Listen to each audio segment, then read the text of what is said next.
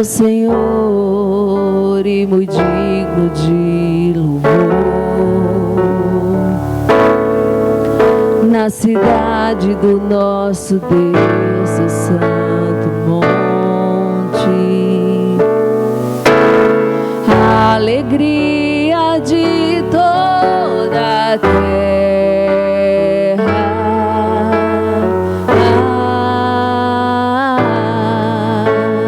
Grande é o Senhor em quem nós temos a vitória e que nos ajuda contra o inimigo. Por isso diante dele nos prostramos.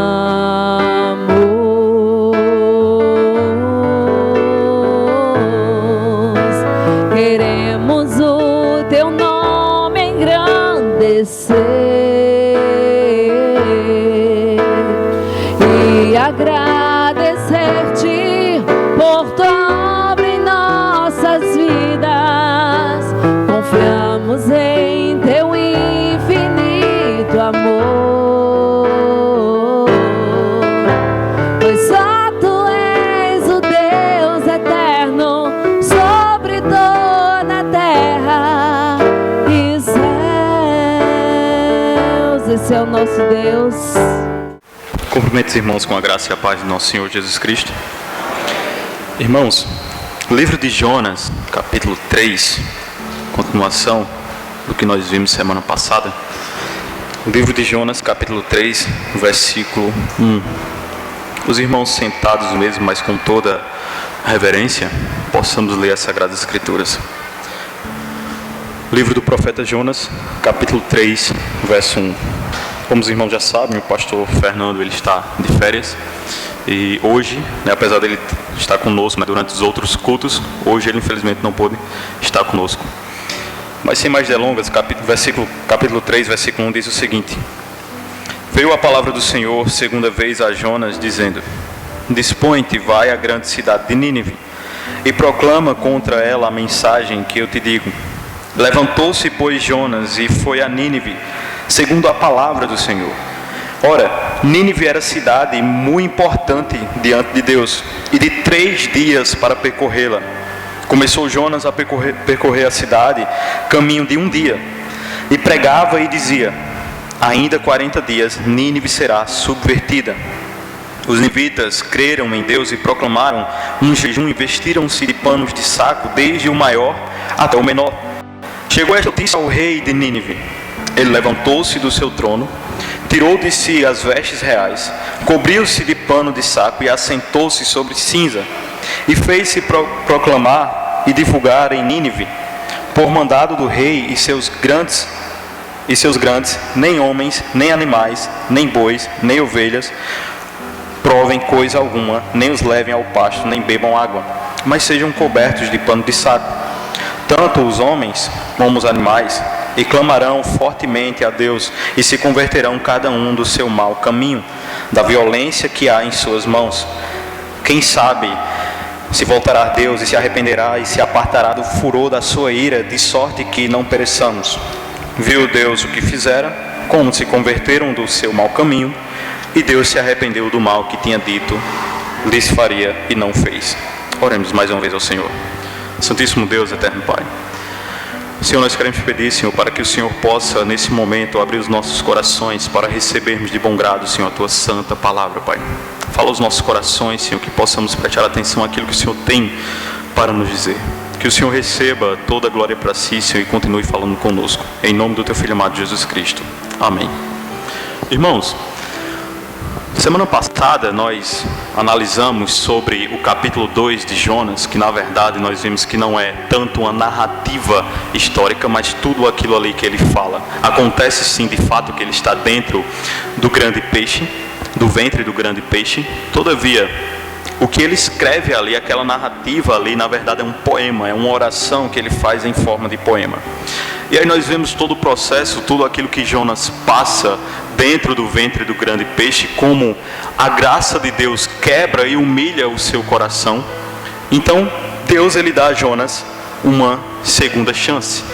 A graça que quebra o coração de Jonas e deixa ele de joelhos é a mesma graça que dá a Jonas uma segunda chance.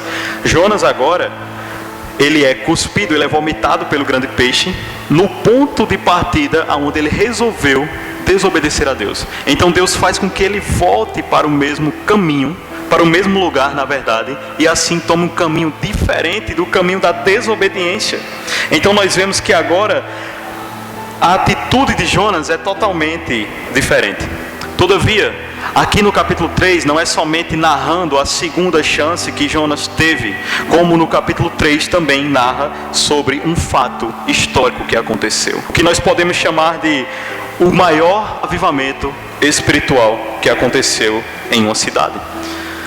Porque aqui vai retratar uma cidade inteira se convertendo ao Senhor através da mensagem que é pregada por Jonas. A Bíblia nos relata, não nos relata na verdade, se nesse momento em que Jonas se dispôs a fazer a vontade de Deus, ele foi de bom grado ou não. Mas o que nós entendemos é que na verdade Jonas ele obedeceu, se foi de bom grado ou não, mas ele obedeceu às instruções do Senhor. Então aqui em resumo do capítulo 3, nós vemos que Deus ele é um Deus que perdoa, é um Deus misericordioso, é um Deus que ele é cheio de longanimidade. E perceba que a misericórdia de Deus não está somente no Novo Testamento, mas a misericórdia de Deus também se encontra aqui no Antigo Testamento, ou seja, na Antiga Aliança. Deus está exercendo sua misericórdia e graça para uma cidade que não era uma cidade de Israel. Então Deus ele exerce a sua misericórdia sobre a cidade. O próprio Jesus, quando ele vai mencionar sobre arrependimento, ele fala sobre a cidade de Nínive, provando que realmente aquilo que aconteceu em Nínive foi real. Porque há muitos teólogos liberais que eles acreditam que o grande avivamento em Nínive não foi real, foi só uma metáfora. Só que na verdade o próprio Jesus, ele relata que esse arrependimento, esse grande avivamento de várias pessoas se convertendo foi real. E na verdade não só isso, como o nosso próprio Jesus, ele mostra que o arrependimento de Nínive deve ser uma referência para nós. Então hoje nós estaremos analisando a missão redentora de Deus na cidade de Nínive, e estaremos aprendendo com a cidade de Nínive como de fato nós devemos nos arrepender dos nossos maus caminhos. Nínive agora vai nos ensinar, a grande cidade de Nínive vai nos ensinar sobre isso. Mas primeiro, verso 1 ao verso 2. Nós vemos que aqui já demonstra a graça que nos dá uma segunda chance. No versículo 1, eu quero que os irmãos percebam, que diz o seguinte: veio a palavra do Senhor segunda vez a Jonas. O versículo 1 desse capítulo, apesar de ser breve, apesar de ser um versículo pequeno, ele é um versículo muito sugestivo, que nos concede uma clareza enorme sobre o que é de fato a graça. Pois após Jonas experimentar a misericórdia de Deus e aprender que não há como fugir de um Deus soberano, que nossa rebelião nunca será capaz de mudar os planos de Deus, apesar de nós desobedecermos a Deus, isso aí não muda de fato os planos de Deus. Mas o que é maravilhoso é que o Deus soberano e misericordioso, aqui no versículo 1, concede a Jonas uma segunda chance. E aí eu fico analisando o seguinte: se Deus fosse tratar Jonas da maneira que Jonas queria que Deus tratasse o povo de Nínive, Jonas não estaria vivo. Jonas não estaria vivo. Mas Deus ele concede uma oportunidade a Jonas, assim como ele queria conceder uma outra oportunidade à grande cidade de Nínive. Portanto, a graça de Deus ela estava disponibilizada à cidade de Nínive, assim como também estava disponibilizada para Jonas. Portanto, amados irmãos, nós podemos fazer aqui uma pausa e refletirmos o seguinte: Deus ele diz a Jonas: Jonas, olha, foi aqui que você resolveu desobedecer a minha vontade, mas é aqui que agora eu lhe pergunto mais uma vez, vá até a grande cidade de Nínive. E aí Jonas ele obedece. E a lição que nós podemos tirar aqui, a aplicação que nós já podemos fazer no começo, amados irmãos, é que Deus em sua graça, ele nos concede recomeços. A graça de Deus está sempre disponível para aquele que tem um coração contrito e arrependido diante de Deus. Então nós podemos, mesmo que nós tenhamos desobedecido à vontade de Deus, nós vamos escutar de Deus o seguinte, como ele disse a Jonas: vamos mais uma vez, sei que você desobedeceu à minha vontade, viveu as consequências da sua desobediência, mesmo assim eu usei todas as circunstâncias para te preservar. mas você se arrependeu dos seus pecados. Deixe-me, portanto, lhe falar novamente, meu filho. Dispõe-te e vai à grande cidade de Nínive. É esse Deus que nós vemos, é essa graça que nós vemos. Mas também, amados irmãos, nós não podemos nos enganar. A graça que nos concede uma segunda chance, nós vamos ver que lá na história de Moisés, ele feriu a rocha e Deus não concedeu uma segunda chance a Moisés. Não estou dizendo com isso que Moisés não foi salvo, porque a graça salvadora de Deus está disponível para nós durante toda a nossa vida. Uma vez salvo, salvo para sempre, aquele que foi escolhido por Deus. Só que a graça de nós fazermos diferente, de nós obedecermos de fato à vontade de Deus, pode ser que nem sempre esteja disponível. Então não espere obedecer a Deus somente na segunda chance. Ele concedeu uma segunda chance a Jonas, mas nós vemos que a Moisés ele não concedeu uma segunda chance. Vai ser semelhante à igreja de Coríntios. Muitos ali eles morreram, Deus os guardou, porque não eram dignos em Cristo de viverem nessa terra como testemunhas, mas eles foram salvos. Então, ou seja, nós aprendemos que, no entanto, Deus ele nos dá uma segunda chance, mas também nós não devemos viver dependendo da segunda chance de Deus. Precisamos obedecer à sua vontade.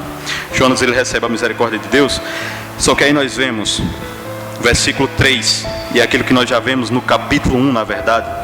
Levantou-se, pois, Jonas e foi a Nínive, segundo a palavra do Senhor. Ora, Nínive era uma cidade muito importante diante de Deus e de 3 dias para percorrê-la. Versículo 3, na parte A, nós vamos ver o seguinte, que levantou-se, pois, Jonas. Ou seja, Jonas, ele se levanta e se dispõe a ir à grande cidade de Nínive. Perceba que Jonas aqui, que outrora, primeiramente ouviu a voz de Deus, se levantou para fugir da presença de Deus. Agora ele escuta a voz de Deus e se levanta não para fugir, mas ele se levanta para obedecer à sua vontade. Por que isso? Por que ele não obedeceu de primeira? Porque o nosso coração, infelizmente, é impiedoso e nós não conseguimos obedecer a Deus por natureza, como nós vimos na criação. O mar, ele se agitou e obedeceu a Deus por natureza. As aves do campo obedecem a Deus por natureza. Mas nós, infelizmente, só obedecemos por graça. É somente quando a graça de Deus nos mostra quem de fato nós somos que nós conseguimos obedecer a Deus. Quando a graça de Deus ali no ventre do grande peixe mostrou quem Jonas era, que ele era necessitado também dessa graça, foi que ele conseguiu obedecer a Deus por graça e não por natureza. E o que é que nós entendemos disso, amados irmãos? Nós entendemos que devemos obediência a Deus em todas as áreas da nossa vida. Não é somente os 10% que deve ser consagrado a Deus. É 100% do nosso salário que é consagrado ao Senhor. Não é somente os dias de domingo que é consagrado ao Senhor. É todos os dias da nossa vida que é consagrado a Deus. Não devemos obedecer a Deus somente dentro da igreja, porque assim é muito fácil. Mas nós devemos obedecer a Deus até mesmo nos lugares que nós estamos, que é longe da nossa igreja local. Porque ali Deus também está presente e Ele reina em nossa vida, em toda a área da nossa vida. E nós só iremos conseguir obedecer a Deus em todas as áreas da nossa vida quando a graça dele nos colocar de joelhos. Só que aí, amados irmãos, no versículo 3, na parte A, nós vimos que Jonas ele obedece a Deus por graça. E aí, na parte B, nós vamos ver a importância da cidade de Nínive. Perceba, ora, Nínive era uma cidade muito importante diante de Deus e de 3 dias para percorrê-la. Quando nós analisamos esse versículo e o versículo 4, nós vamos ver o seguinte: Nínive, na verdade, era uma cidade daquela época muito grande. E além de ser muito grande, ela era uma potência, que podemos dizer assim, uma potência econômica e uma potência bélica, ou seja, militar. A cidade de Nínive, ela era cheia de riquezas e poder. Não só era grande em tudo isso que mencionamos, mas ela também era grande geograficamente. E segundo os arqueólogos, além de ser uma cidade toda murada, que ela era toda murada, a cidade de Nínive, e cortada por um afluente do rio Tigre, os seus muros eles eram tão robustos que na verdade era suficiente para suportar sobre si o peso de 3 carruagens. Ou seja, a cidade de Nínive era grande, era forte. Os muros da cidade de Nínive andavam 3 cavalos, 3 carroças ali de burros, podemos dizer, andava 3 ali, uma empareada com a outra, e suportava o peso. A cidade ela estava repleta de grandes construções importantes. E se nós analisarmos, na cidade de Nínive, amados irmãos, tinha o que nós conhecemos hoje por zoológico. Então a cidade de Nínive tinha um zoológico. Outras cidades não tinham, mas a cidade de Nínive tinha. Então perceba o tamanho e o poder que aquela cidade tinha. Não só isso, como o profeta Naum, que prega contra Nínive também, no capítulo 2, versículo 7, ele vem chamar a grande cidade de Nínive de cidade rainha. Ou seja, era a cidade rainha daquela época, pois era uma das maiores cidades daquela época. Era uma cidade que aos olhos humanos tinha realmente do que se gloriar. Uma cidade que aos olhos humanos tinha realmente do que se gabar, a cidade de Nínive.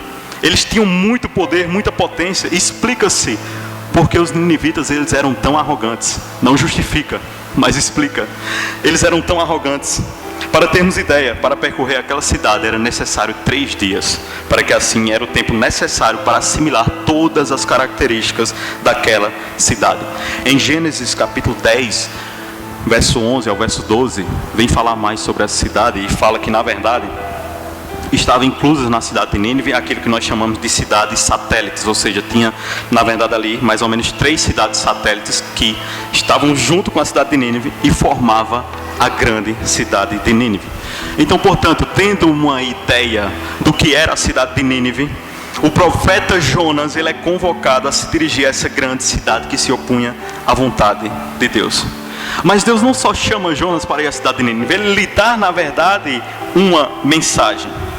Jonas, portanto, alguns historiadores contam que quando ele vai àquela cidade, foi até o que nós vimos semana passada, devido ao suco gástrico ali do grande peixe, a sua pele estava toda queimada, descorada. Então Jonas estava uma pessoa asquerosa de se olhar. As pessoas não conseguiam olhar para Jonas. E aí o que é que Deus faz? Olha, você vai à cidade de Nínive, você vai pregar uma mensagem, a mensagem que Deus deu para Jonas pregar. Então nós temos um profeta coberto de vômito, um profeta com sua pele toda queimada, descorada, um profeta hebreu dentro de uma cidade, uma grande cidade de Nínive, e pregava a seguinte mensagem. Somente 6 palavras. Nínive será destruída daqui a 40 dias. Nínive será destruída daqui a 40 dias. Sem tirar e sem acrescentar nada.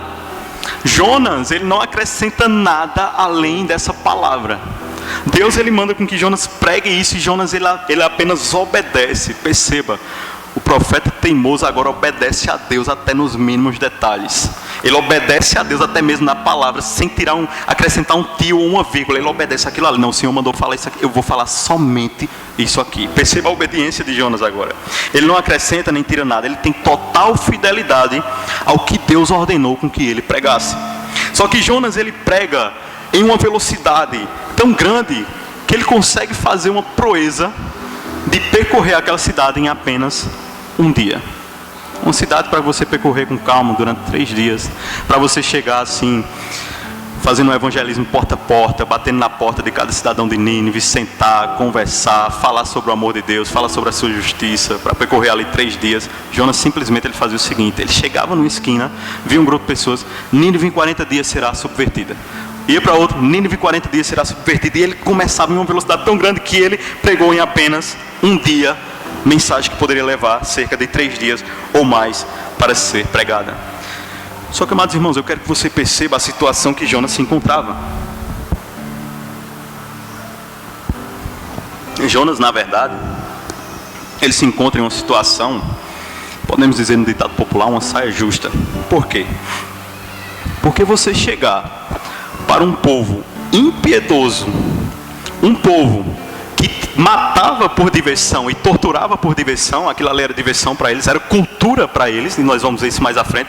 Um povo que chegava a fazer isso por cultura, por alegria, por diversão, e um profeta chegar e pregar uma mensagem: olha, a cidade de vocês vai ser destruída. Ele chegar e dizer apenas isso. Perceba a situação em que Jonas ele estava. Porque essa mensagem, amados irmãos, não é muito agradável aos ouvidos de quem escuta. Nós não queremos ouvir que nós somos pecadores. É muito inconveniente, é melhor falar que nós somos vitoriosos, não é isso? Só que a palavra de Deus, o Evangelho, ele mostra quem de fato nós somos. E mostra que nós somos de fato pecadores que precisamos da graça de Deus. Só que Jonas ele entende que não deveria acrescentar nenhuma expressão e nenhuma proclamação além daquilo que Deus ordenou que ele pregasse. Em nenhum momento Jonas foi politicamente correto naquilo que ele falou. Em nenhum momento você vê Jonas, na verdade, ele tentando adaptar a mensagem para os ninivitas. Em nenhum momento ele faz isso, deixando a mensagem mais confortável para os ninivitas. Nenhum momento ele faz isso. Apesar de nós vermos muitas igrejas atualmente fazendo isso, tentando adequar o Evangelho a situação da sociedade atual, como por exemplo aquele pastor que falou que a Bíblia precisava ser atualizada para se encaixar em nossos padrões. Nós vemos que Jonas, ele não tenta pegar a palavra de Deus e encaixar nos padrões de Ninivita. Eram os ninivitas que deveriam se encaixar nos padrões da palavra de Deus. Então não é a palavra que tem que se adequar a nós, somos nós quem precisamos nos adequar à palavra de Deus. Então Jonas, ele entende isso, e é exatamente isso que a mensagem do Evangelho faz conosco. Como já dizia Agostinho: feriste meu coração com tua palavra, desde então eu te amei. É isso que a mensagem de Deus ela faz quando é pregada aos nossos corações. É isso que a mensagem de Deus ela faz quando nós estudamos ela nos cultos de doutrina. É isso que a mensagem de Deus ela faz quando nós lemos em nossa casa e fazemos os nossos devocionais. Então mesmo Jonas, entendendo que essa mensagem para os ninivitas não seria uma mensagem agradável, e que os ninivitas a qualquer momento poderiam esmagar Jonas como um inseto ali, poderiam destruir a Jonas ali em qualquer momento, ou até mesmo torturar, Jonas, ele não negocia a mensagem dada por Deus. Então vem a pergunta para nós, amados irmãos, já podemos fazer uma aplicação daqui. Por que nós não ousamos pregar o Evangelho a outras pessoas? Por que nós não ousamos falar da mensagem de Deus para outras pessoas? Por que nós não ousamos pregar as Sagradas Escrituras para outra pessoa? Podemos até pensar porque aquela pessoa não irá gostar da mensagem, ou porque nosso colega de trabalho, nosso amigo de escola ou de faculdade, nossos amigos, irão na verdade nos taxar como pessoas careta, ou eu serei zombado. Só que se nós analisarmos, Jonas, ele não estava preocupado se ele seria zombado, se ele seria ridicularizado, ou se ele seria até mesmo morto. Ele estava preocupado em pregar a mensagem do Evangelho. Essa deve ser nossa preocupação primordial. Não o que as pessoas irão pensar. Não o que as pessoas irão pensar quando eu estiver no grupo de evangelismo segurando uma faixa no sinal ou entregando um folheto. Mas sim pregarmos a mensagem de Deus. E aí nós vemos uma coisa muito interessante. É isso que nós precisamos considerar. É considerar a vontade de Deus acima de nossa vontade. Só que aí nós vemos que Jonas, ele faz isso e a sua mensagem, ela tem um resultado. Ora, toda mensagem vai ter um resultado. Para toda ação tem uma reação. Qual foi a reação dos ninivitas? Está no versículo 5 ao versículo 9, toda a reação deles. Não vou ler tudo para nós ganharmos mais tempo, para podermos passar para algumas aplicações. Mas é o seguinte, nós vemos que no verso 5 diz o seguinte: os ninivitas creram em Deus e proclamaram um jejum e vestiram-se de panos de saco, desde o maior até o menor. Então qual foi o resultado da mensagem de Jonas? Amados irmãos, Jonas, ele era hebreu. Os assírios ali, eles falavam outra língua, aramaico. E aí há pessoas que perguntam: ora, como foi que Jonas pregou a mensagem e as pessoas entenderam se ele era hebreu? E o seu idioma era o hebraico. Nós precisamos entender, na verdade, duas coisas aqui. Porque há pessoas que às vezes gostam de complicar a palavra de Deus para dizer que os fatos que aconteceram não são reais. Mas duas coisas que nós precisamos aprender e entender. Primeiro, atualmente, quando nós viajamos para fora dos países que não falam português, se nós soubermos o inglês, nós iremos conseguir nos comunicar em qualquer país, se nós soubermos o inglês. Naquela época não era diferente. O inglês, ele é a língua, como nós podemos dizer, universal, que rege o mundo. Só que naquela época não era o inglês, era o aramaico. Então todas as pessoas, a maioria das pessoas, na verdade todos os povos de outras nações, eles precisavam saber aramaico. Como no Novo Testamento era o grego que dominava, mas no Antigo era o aramaico, e nós vemos no Antigo Testamento era o aramaico a língua universal, portanto nós podemos entender que Jonas, ele talvez pregou a mensagem de Deus em aramaico, e não precisava saber muito, não precisava ser fluente, era apenas algumas palavras. Nínive será subvertida em 40 dias, somente isso. Só que o segundo ponto que nós temos que entender aqui é que nada impede de que Jonas, ele na verdade tenha pregado a mensagem do Evangelho com um intérprete. Nada impede que ele tenha pegado o intérprete daquela época e ter pregado a mensagem do Evangelho, porque a sua mensagem era simples, breve e objetiva. Então, além da mensagem ter sido pregada, nós vamos ver que no verso 5, os ninivitas creram. Então, se eles creram na mensagem de Deus foi porque eles entenderam a mensagem de Deus. E eles entenderam aquilo que Jonas falou, aquilo que Jonas pregou, amados irmãos. A mensagem foi entendida pelos ninivitas. Jonas, na verdade, quando ele obedece à palavra de Deus, de uma certa forma, nós vemos que ele ainda estava com o coração meio receoso. Nós vamos ver isso no capítulo 4. Ele não gostou da forma que foi reagido à mensagem. Percebemos que Jonas, na verdade, amados irmãos, de uma certa forma, ele não queria que as pessoas ali em Nínive fossem convertidas. Ele ainda desejava a justiça de Deus. Apesar de ele ter passado por tudo, ele ainda no fundo, ele queria que a justiça de Deus fosse exercida. E nós vemos que mesmo assim, uma cidade inteira se converte ao Senhor. Nós vemos um profeta todo coberto de vômito, fedendo, com a pele toda queimada. Vemos um profeta mal-humorado, e que na ótica humana, a forma que Jonas pregou nos dá a entender que era para dar tudo errado ali, pois o profeta não tinha amor nenhum pelos ninivitas. Mas mesmo ele sendo um mensageiro mal-humorado, nós vemos o seguinte, que a mensagem de Deus não depende do mensageiro. A mensagem de Deus, para fazer efeito em uma cidade, não vai depender do mensageiro. E aí nós vemos que os ninivitas, eles reconhecem os seus pecados, reconhecem as suas maldades, e eles fazem o quê? Versículo 5, se vestem de panos de saco. Isso era uma atitude, isso era uma vestimenta tradicional do luto no Antigo Oriente. Se você estava passando por um luto no Antigo Oriente, você era comum se vestir de panos de saco.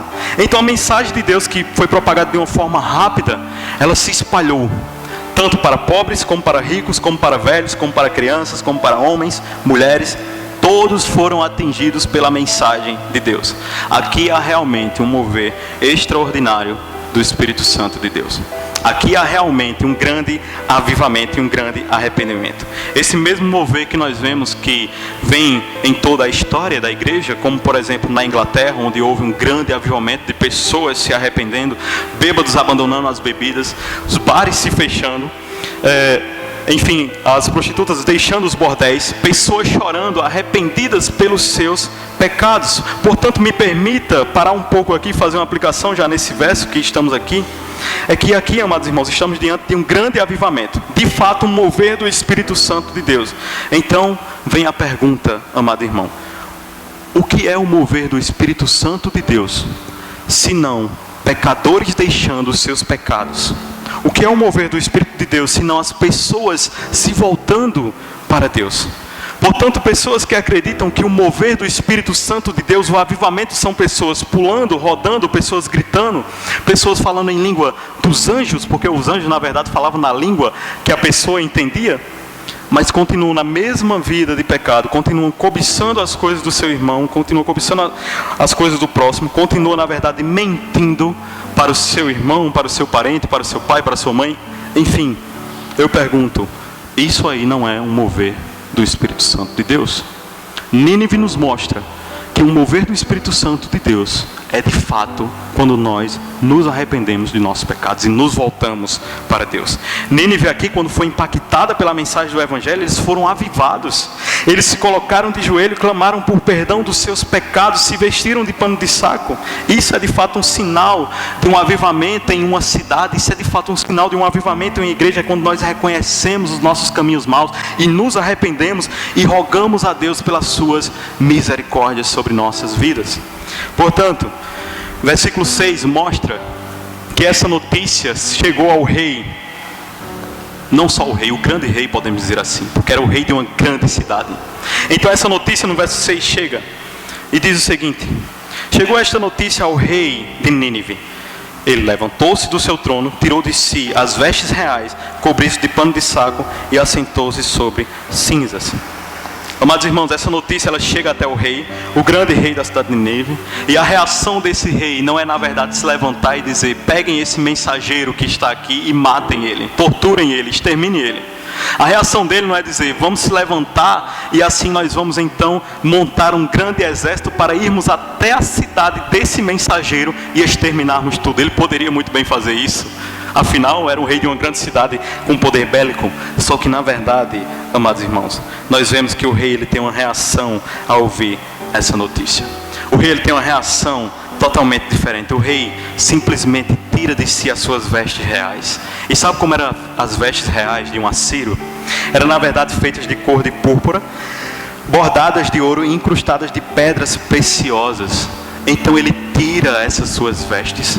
E no momento que ele tira essas suas vestes, ele se veste de panos de saco e se assenta sobre cinzas. Aqui o grande rei da grande cidade reconhece que há um rei dos reis, soberano, que domina não só sobre o reino de Israel, mas que domina sobre toda a raça humana. Que não só domina sobre toda a raça humana, como também domina sobre todo o universo.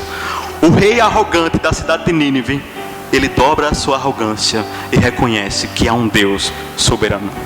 Então quando ele reconhece isso, quando ele se põe de joelhos, ele convoca os seus súditos ali e ele faz então um decreto. Versículo 7 ao verso 8 é onde nós vemos o decreto de arrependimento. O rei ele não só se coloca de joelhos, ele faz esse decreto, e ele na verdade nós podemos chamar o decreto de 4 pontos, que é o seguinte: primeiro, nem homens, nem animais não iriam provar, comer ou beber qualquer coisa. Ou seja, a partir de hoje está todo mundo de jejum. Toda a cidade de Nínive estava de jejum. Segundo, sejam cobertos de panos de saco, tanto homens quanto os animais. Ou seja, todos ali deveriam vestir as roupas tradicionais de luto. Todos, sem exceção. Terceiro, ele diz o seguinte: clamem com fervor a Deus, ou seja, orem a Deus. Só que o quarto, amados irmãos, é o mais interessante. Ele diz o seguinte: cada um se converta do seu mau caminho e da violência de suas mãos.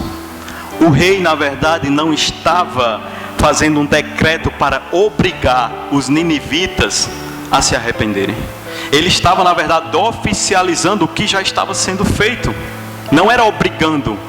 Todos já estavam fazendo isso antes de chegar a notícia até o rei. E quando chega a notícia ao rei, ele diz: vamos oficializar isso aqui. Então ele oficializa tudo que as pessoas estavam fazendo. Então o arrependimento de Nínive estava completo. E no período persa, era muito comum até mesmo os animais participarem do luto da casa. Por isso que tinham que vestir os animais de pano de saco. Todavia o quarto ponto ele é muito interessante, amados irmãos. Pois o rei ele estava falando para os assírios, ele estava dizendo o seguinte: deixem de lado a violência. Na verdade, rejeitem a violência. E de um certo modo, é comovente isso aqui. Porque se tratando do período do império dos assírios, a violência física era cultural para eles. Violência física era para eles, na verdade, algo que fazia parte deles. A violência física, na verdade, caracterizava a cidade de Nínive. A violência física, na verdade, era a diversão deles. Então, ou seja, o rei está dizendo o seguinte: olha, deixem de lado toda a violência. Deixem de lado essa cultura. Rejeitem a violência. E aí nós vamos ver mais à frente numa aplicação, mais uma declaração de arrependimento no versículo 9. O rei ele diz o seguinte: quem sabe se voltará a Deus e se arrependerá e se apartará do furor da sua ira, de sorte que nós não pereçamos. Esse é o decreto do rei. O rei aqui ele expressa a sua declaração pessoal. O rei aqui, na verdade, está expressando a sua esperança através de um arrependimento genuíno. Ele, na verdade, está na esperança de que o julgamento divino seria evitado. E, amados irmãos, glória seja dada a Deus por Ele ser onisciente e saber quem de fato nós somos, por Ele conhecer de fato os nossos corações, pois somente Ele é quem pode determinar quando o arrependimento irá ou não desviar o seu furor. Somente Ele é quem vai julgar se o nosso arrependimento é ou não é verdadeiro. Se Jonas fosse o juiz naquele momento, ele diria: ele não se arrependeu, esse arrependimento dele não é verdadeiro, isso aí é só uma cena que ele está fazendo. Só que Deus, que conhece os nossos corações, Ele olha para o coração daquele rei e vê de fato o verdadeiro arrependimento no coração dele. Então, ou seja, o arrependimento sincero que aquele rei tem, e ele está arrependido, ele diz o seguinte: olha, Ele diz: Senhor, quem sabe o Senhor se apartará desse mal contra a cidade. Uma pessoa, quando de fato ela está arrependida, ela não chega perante o Senhor e diz: Senhor, eu tenho direito de perdão. Senhor, eu estou arrependido e por isso o Senhor deve me perdoar. Dai-me o que é meu por direito. Restitui, eu quero de volta o que é meu. Tem até um louvor sobre isso. Restitui, eu quero de volta o que é meu. O que é que nós temos senão a condenação? Então, ou seja, uma pessoa que de fato se arrepende, ela não chega com arrogância perante Deus: eu mereço ser perdoado. Ela não chega semelhante ao fariseu dizendo: Senhor, graças eu te dou porque eu sou santo, porque eu dou o dízimo, porque eu oferto, porque eu não sou como esse pecador. Mas uma pessoa que ela se arrepende, ela tem uma atitude de humildade. E ela chega a Deus e diz assim: Senhor, será que existe esperança para mim? Será que o Senhor pode ter compaixão de mim, um pecador? Se me lançares no inferno, na condenação, tu estarás sendo justo. Isso não é injustiça. Tu estarás sendo justo. Essa é a atitude daquele que está realmente arrependido. Mas se o Senhor me perdoar e não me condenar, tu estarás sendo misericordioso para comigo. Então a atitude do rei é: quem sabe Deus terá piedade de mim. Só que aí, amados irmãos, versículo 10, para nós chegarmos aí à conclusão, vem dizer o seguinte. Na verdade, é mais falando sobre a pessoa de Deus. No verso 10 diz o seguinte: viu Deus o que fizera, como se converteram do seu mau caminho, e Deus se arrependeu do mal que tinha dito que lhes faria, e não fez. Quando nós analisamos o versículo 10, nós vemos que o tema é o Deus soberano e a rebelião humana. O mesmo Deus que contempla a rebelião humana é o mesmo Deus que também contempla o nosso arrependimento. O mesmo Deus que contempla as vezes que nós caímos, mesmo quando ninguém nos vê, é o mesmo Deus que contempla também o nosso arrependimento quando ninguém também nos vê. Então o que é que nós entendemos aqui? Não foi Deus que se arrependeu, foi na verdade o povo que se arrependeu. Apesar da palavra aqui está dizendo Deus se arrependeu, mas na verdade é o que nós chamamos de antropopatia. E o que é isso? É quando nós tentamos expressar um sentimento de Deus, na verdade trazendo um sentimento humano. Então, ou seja, quando diz Deus se arrependeu, na verdade é outra coisa que o autor está querendo dizer, mas não consegue expressar, e nós não conseguimos de fato expressar. Então, ou seja, não foi Deus que se arrependeu, foi o povo que se arrependeu. A sentença contra Nínive não era uma condenação já decretada, era de fato uma ameaça com uma condição. E qual era essa condição? Essa condição, na verdade, não era absoluta, dizer: eu vou condenar a cidade de Nínive. Deus, na verdade, ele deu uma condição a Nínive. E ou seja, se Deus ele não quisesse exercer misericórdia sobre Nínive, e quisesse já condenar de fato, ele nem teria mandado Jonas. Na mesma hora ele já teria mandado fogo do céu e teria exterminado todos ali. Mas Deus ele dá uma condição a Nínive e ele envia Jonas. Então, ou seja, a condição de Nínive era se converter dos seus maus caminhos. Está semelhante até o que o pastor Fernando pregou aqui sobre, lá em Crônicas, que diz: olha, se o meu povo que se chama pelo meu nome se arrepender, se humilhar, orar e me buscar, ou seja, eu virei dos céus e derramarei chuvas sobre a terra. Há uma condição. Então, da mesma forma, havia uma condição para a cidade de Nínive. Ora, Nínive será destruída, mas se Nínive se arrepender, eu não irei destruir. E Deus ele se atenta, na verdade, para o quarto ponto ali do decreto. Havia 4 pontos. Primeiro, não comer nada, se vestir de pano de saco, chorar, clamar. Só que o quarto ponto é o que chama a atenção de Deus. E qual é o quarto ponto? Foi a convenção dos seus maus caminhos. Os ninivitas poderiam jejuar, os ninivitas poderiam se cobrir de pano de saco, sentar em cinzas, clamar. Mas o que indica de verdade, de fato, o verdadeiro arrependimento é a convenção dos maus caminhos, é mudar de vida, é parar com os comportamentos antigos, é deixar os nossos ídolos de lado, como nós vimos semana passada, e assim alcançarmos a misericórdia de Deus. E os ninivitas alcançaram essa misericórdia, esperaram por 40 dias e viram que Deus em 40 dias não destruiu a cidade. De fato, Deus ouviu a oração dos ninivitas. De fato, Deus se atentou ao arrependimento dos ninivitas. E isso traz a eles uma alegria. Só que para Jonas, aí nós vemos no capítulo 4, traz na verdade uma tristeza e uma angústia e uma amargura profunda em seu coração. Mas aí, amados irmãos, enquanto nós não passamos para o capítulo 4, quais são as aplicações que nós devemos fazer e considerar nesse capítulo? O que é que esse capítulo ele pode mudar em nossa vida? O que é que nós podemos aplicar em nossa vida e como nós podemos aplicar em nossas vidas? Tudo o que nós vimos aqui no capítulo 3. Falamos sobre cidade, falamos sobre a grande cidade, falamos de um arrependimento de um povo que nós nem conhecemos. Mas aí as aplicações que nós temos é, primeiro, pregue apenas a palavra.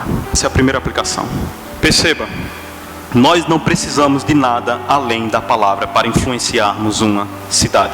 Para sermos uma igreja relevante, nós não precisamos enfeitar o Evangelho, pois a mensagem do Evangelho é suficiente. Não precisamos de técnicas de autoajudas ou de experiências místicas ou experiências pessoais. Na verdade, nós precisamos apenas da palavra, sola Escritura, somente o Evangelho por si só, com a ação do Espírito Santo, transforma a vida de um pecador. E como nós vemos isso? Jonas pregou apenas a palavra, amados irmãos. Jonas não acrescentou nada ali na palavra que Deus deixou. Então a mensagem que Deus deixa para nós é que nós devemos pregar apenas a palavra de Deus. Segunda aplicação é que o mover de Deus independe dos mensageiros, na verdade, né? Jonas estava pregando não de boa vontade. Jonas, apesar de tudo que passou, ele desejava ainda a justiça de Deus. Mas perceba, Deus usa Jonas, um profeta mal-humorado, de intenções duvidosas, com cheiro de vômito de peixe, para entregar uma mensagem de juízo e condenação, e o povo se converte. Porque Deus, aí nós nos perguntamos, por que Deus não mandou outra pessoa de boa vontade para pregar aos ninivitas? Teria pregado melhor, teria se assentado com eles, teria conversado, teria explicado o plano de salvação, mas não. Deus, ele manda Jonas. Por quê? Porque a lição que Deus, ele quer deixar claro aqui é que sempre a glória é de Deus e não da pessoa que entrega a mensagem. A glória será sempre de Deus, ou seja, tudo na verdade é dele, nós dependemos tão somente dele. Se fosse depender de Jonas, não haveria convenção, mas Deus está mostrando, olha, por Jonas não haveria convenção, mas mesmo assim eu uso ele para mostrar que quem tem o poder de converter as pessoas sou eu. É isso que Deus está dizendo. Não é o mensageiro, não sou eu, não é o pastor Fernando que pregamos aqui, mas é na verdade o próprio Deus quem faz isso em nossos corações, é o próprio Deus quem aplica a sua palavra em nossos corações. Então Deus, ele não depende do mensageiro, apenas que a mensagem seja pregada. Terceira aplicação é o verdadeiro arrependimento. O arrependimento, quando ele é genuíno, e nós vimos isso já no versículo, nós nos arrependemos dos nossos pecados, nós mudamos o nosso caráter, mudamos a nossa vida. Há pessoas que falam, eu nasci assim, cresci assim e vou morrer assim. Amados irmãos, uma pessoa que pensa dessa forma, a Bíblia nos mostra que o seu coração ainda não experimentou a graça de Deus. Porque nós vemos a vida do apóstolo Paulo, quando ele era Saulo, era um homem cheio de sangue em suas mãos, um homem que perseguia e matava cristãos, mas aí nós vemos que a graça, quando alcança, muda completamente a vida de Paulo. Então o que é que nós aprendemos? O verdadeiro arrependimento, ele vai mudar a nossa vida, ele vai mudar o nosso caráter, pois quando o Evangelho nos transforma, ele transforma o nosso caráter. Se cobiçávamos anteriormente, hoje nós não cobiçamos mais o que é do próximo. Se nós sentimos inveja de uma pessoa que estava sendo abençoada, hoje nós não sentimos mais inveja de uma pessoa que está sendo abençoada. Se nós somos coléricos, como as pessoas hoje definem, né? Temperamento colérico, sanguíneo, fleumático, enfim. Acredito que o colérico é, na verdade, só uma forma suave de dizer que nós somos orgulhosos e prepotentes. Então, se nós éramos orgulhosos e prepotentes, hoje nós não somos mais. Se nós antigamente não perdoávamos, hoje nós perdoamos, porque é isso que a mensagem do Evangelho faz conosco. Ou seja, os ninivitas, eles eram violentos, mas eles se arrependeram e rejeitaram a violência que era cultural para eles, era cultura deles, mas ele deixa de lado. Portanto, o que é que nós vemos nessa aplicação aqui, amados irmãos? É que quando a mensagem do Evangelho alcança o pecador, quando a mensagem do Evangelho ela nos alcança, nós não andamos mais de acordo com a cultura.